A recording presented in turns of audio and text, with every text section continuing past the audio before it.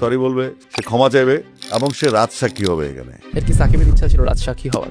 এখনো আছে, আপনি আনেন সাকিব রাজসাক্ষী হবে। এই যে গণভবনের যে গুপ্ত ফ্যাসিস্টটা বিহারি, 3 আগস্ট যেটা আমরা যখন দেশে লাশের সারি, মানুষ পাগল হয়ে ঢাকামুখী হচ্ছে, শত শত বাচ্চা মারা যাচ্ছে আমাদের, তখন সে 3 আগস্টে কি করে বলো?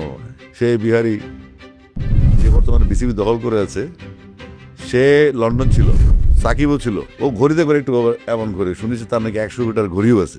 নাজমুল হাসান পাপনের সাথে তার মিটিং হয়েছে পার্ক চিনয়েস ক্যাফেটেরিয়া, একটা cafe and bar, opposite palm beach casino.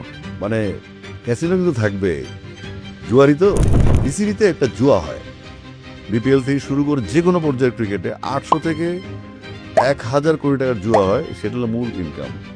এই কোয়াপ্রচারটা ওই স্যারের একটা গৃহপালিত একটা খামার, রেঞ্চ, এক রেঞ্চ, যেখানে গরু পালে নাম্বার দিয়ে দিয়ে, ছাগল পালে, ভেড়া পালে। এই কোয়াব হচ্ছে এরকম একটা অ্যাসোসিয়েশন। হ্যাঁ, আপনি এখন বিএনপির কোনো পদে নাই?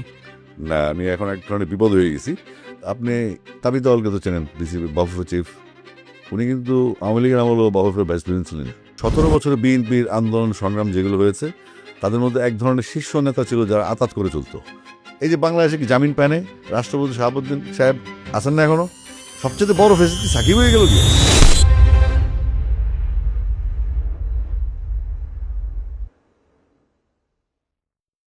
এই যে গণভবনের যে গুপ্ত ফ্যাসিস্টটা বিহারি, সে লন্ডনে গণভবনের গিয়েছে। গুপ্ত ফ্যাসিস্ট?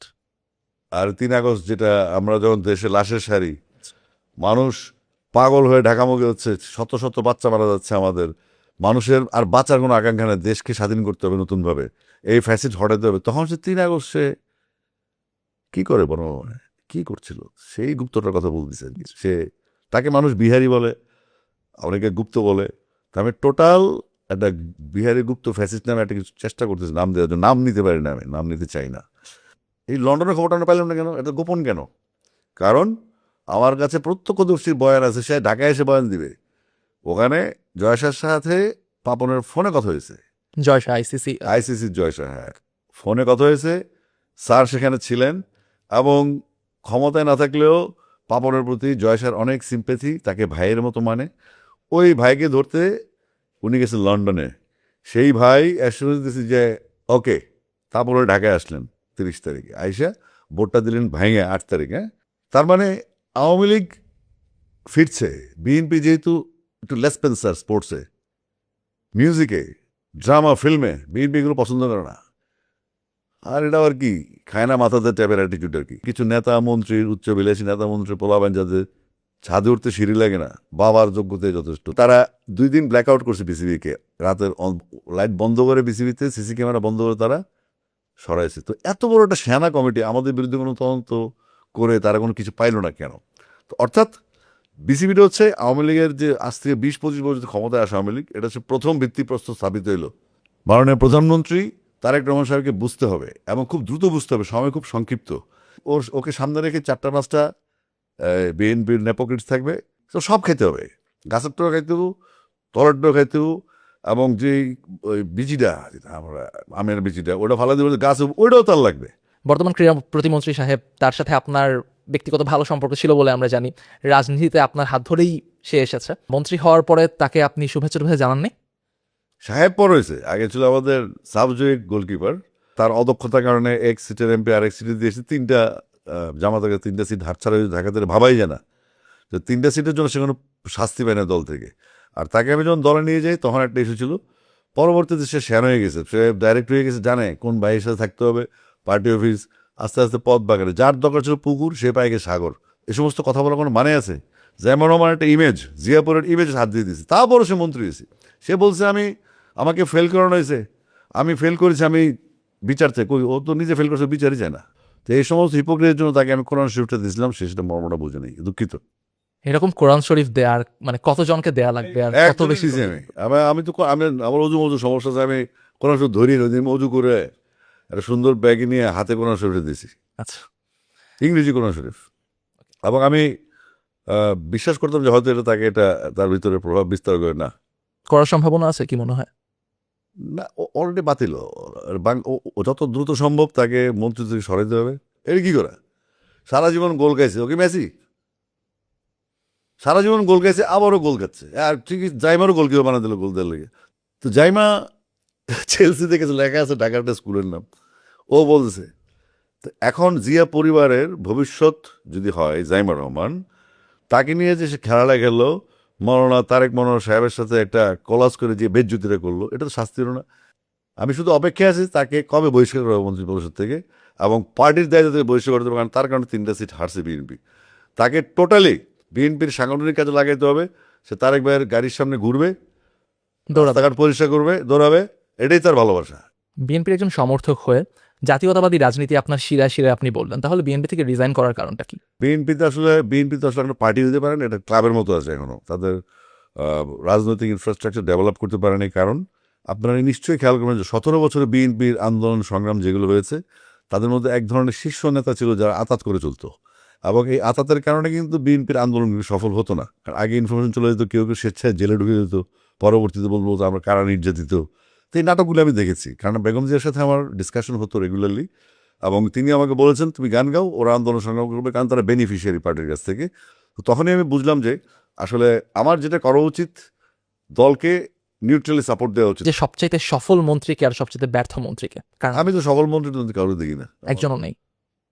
আমি গপ্প শুনে 100 দিন হয় না দেয় না। আর এগুলা কি মন্ত্রী আবজাব কথা কয়, কুমিল্লায় গরিব নেই, ওখানে চান্দা নাই, আমি কথা বুঝি না এদের কি বলে। আবার আমার কাছে আমাকে কি ফানি মন্ত্রিসভার কোনো আমি বুঝি না, সবচেয়ে ব্যর্থ মন্ত্রী? সবই ব্যর্থ। আর 3 মাস আপনি কি প্রমাণ করবেন? এখন পর্যন্ত মার্কও দিতেছি না, মার্ক নিতেছিও না। আচ্ছা, আমরা প্রায় লোকমুখে শুনি যে ডি ফ্যাক্টো প্রধানমন্ত্রী আসলে অন্য কেউ, এইটা কি আসলে আপনার ঠিক মনে হয়? আমি তো জনগণের বাইরে যেতে রাজি না। আমি তো যেটা দেখছি সেটা হচ্ছে আসলে তারেক রহমান সাহেবকে এক ধরনের আবদ্ধ রাখা হয়েছে। মানে এখন কেন ফিরতে পারছে না, কাদের দ্বারা আটকানো আছেন? এটা আমরা দেখতে পাচ্ছি পারিপার্শ্বিকতা।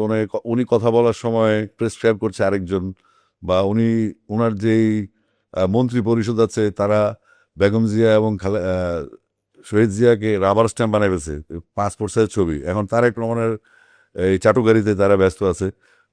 তাদের মাথায় নেই যে এই তারেক রহমান শহীদ জিয়ার ঔরসজাত সন্তান, বেগম খালেদা জিয়ার সন্তান, এবং তার ভিতরে ওই একটা জেদ বা তার ভিতরে ওই একটা কোয়ালিটি অটোমেটিকই আসবে, এটা সিস্টেমই হয়।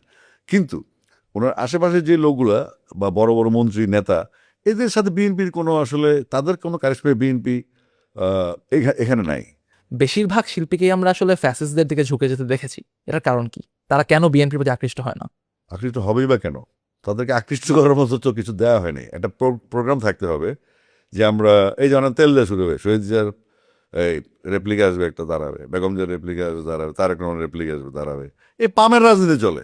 তো এখন তারেক রহমান একলা কি করবেন? ওনার আশেপাশে যেগুলো আছে, প্রেসের কথাই বলি, ওনাকে লিখে দিয়েছে স্ক্রিপ্ট, উনি পড়তেছেন প্রাথমিক বিশ্ববিদ্যালয়। তো এই স্ক্রিপ্টটা যে লিখছে তা তো তাৎক্ষণিকভাবে সাসপেন্ড করা হচ্ছিল, যে স্ক্রিপ্টটা লিখছে।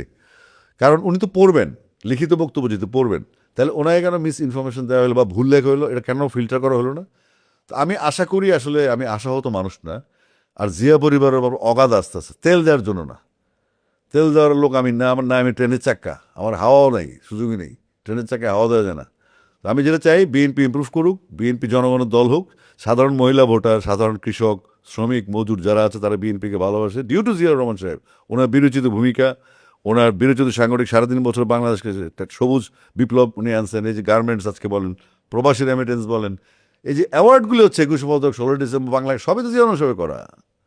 তাহলে উনি কোথায়? ওনাকে বানায় স্ট্যাম্প, এখানে একটা জিয়া রহমান ছবি, এখানে একটা বেগম খালেদার ছবি। আর তারেক ভাইকে পাম দেওয়ার জন্য বিরাট ব্যস্ত, দৌড়াচ্ছে। তারপরে মানে এগুলো তো আসলে বলতেও খারাপ লাগে, কষ্টও লাগে। তা আমি এই জন্য বিএনপির উল্টা দিকে থাকতে চাই। আর কখনো বিএনপিতে ব্যাক করার পরিকল্পনা নেই? ব্যাক করলে তো রাজার মতো ব্যাক করবো, ওই পাম দিয়ে লাইন দুইরা গেটিস স্লিপে ওই আসি বাবুর যাবে না, স্টাইল নেই আমার। আচ্ছা, তামিল হিরোর মতো যাবো, আওয়াজ তুফান উঠে গেটে টাইপের আর কি। এর কি সাকিবের ইচ্ছা ছিল রাজসাক্ষী হওয়ার? এখনো আছে, আপনি আনেন সাকিব রাজসাক্ষী হবে। মানে আপনি বলতে চাচ্ছেন যে সাকিব আওয়ামী লীগের বিরুদ্ধে রাজসাক্ষী হতে রাজি? সাকিব সে ফিল করে তার যে ভুলগুলি, সে নিজে তার শেয়ার কেলেঙ্কারি, সে বলছে আমি সে সাক্ষী দিব, আমাকে আমাকে ঢুকতে দেন, আমাকে বাইরে যাওয়ার গ্যারান্টি দিতে হবে। এখন তো আর হবেই না, কারণ সাকিব আসলে এখানে বহুত জনের ভ্যারান্ডা বেড়ে যাবে। আজকেও যদি সাকিবকে ফোন করেন, আমি তো পডকাস্টে বলে দিলাম সাকিব রাজসাক্ষী হবে, তার শেয়ার নিয়ে কথা বলতে চায়, তাকে আত্মপক্ষ সমর্থনের সুযোগ দেওয়া হোক। এই যে আপনার মনে করেন বিপিএলটা বন্ধ হলো, এই যে লর্ডদের কোঅপ যে সংগঠনটা, তারা খেলাটা বন্ধ হলো। খেলা বন্ধ করবেন কেন আপনি? আপনি আপনার কী রাগ আছে না আছে, আপনি এটা অন্য জিনিস। একজন ডাইরেক্টরের কমেন্টের মধ্যে খেলা বন্ধ করে দেন, লস হলো না বিসিবির? এই কোয়াপটা হচ্ছে একটা ওই স্যারের একটা গৃহপালিত একটা খামার, রেঞ্চ আর রেঞ্চ, যেখানে গরু পালে নাম্বার দিয়ে দিয়ে, ছাগল পালে, ভেড়া পালে। এই কোয়াব হচ্ছে এরকম একটা অ্যাসোসিয়েশন। হ্যাঁ, সাকিবের ব্যাপারে আমরা স্ট্যান্ড নিয়েছি, বোর্ডে আমরা প্রপোজাল দিয়েছি যে আমরা সাকিব হাসানকে ও চায় রিটায়ার করতে। বোর্ডের সিদ্ধান্ত হয়েছে সর্বসম্মত, আমি প্রস্তাবক ছিলাম, এবং বোর্ড সর্বশেষ সিদ্ধান্ত, হ্যাঁ ঠিক আছে, আমরা প্লেয়ার সাকিবকে চাই, প্লেয়ার সাকিবের জন্য, নট ফ্যাসিস্ট এমপি সাকিবের জন্য। সাকিবের আসা উচিত, দেশে আসা উচিত, এবং তাকে আত্মপক্ষ সমর্থনের সুযোগ দেওয়া উচিত। সে কিছু কথা বলতে চায়, সেটা শোনা উচিত দেশের স্বার্থে। এই যে বাংলাদেশে কি জামিন পায় নাই রাষ্ট্রপতি শাহাবুদ্দিন সাহেব, আছেন না এখনো? সবচেয়ে বড় ফেসিস কি সাকিব হয়ে গেল গিয়া? সাকিবের অধিকার আছে, সে দেশকে দিয়েছে, বাকিগুলো দেয় নাই বা এগুলো নিচে। সাকিবের আসলে মূল বাধাটা এখন তাহলে কে বা কারা? মূল বাধা ক্রীড়া প্রতিমন্ত্রী এবং এই দখলকারী বোর্ড সভাপতি। সে জেলে যেতে রাজি আছে, কিন্তু তার এক্সিট, সে জেল থেকে বাইরে বাইরে যেতে পারবে, দেশে যেতে পারবে, সেটা সে চাচ্ছে এনশিওর।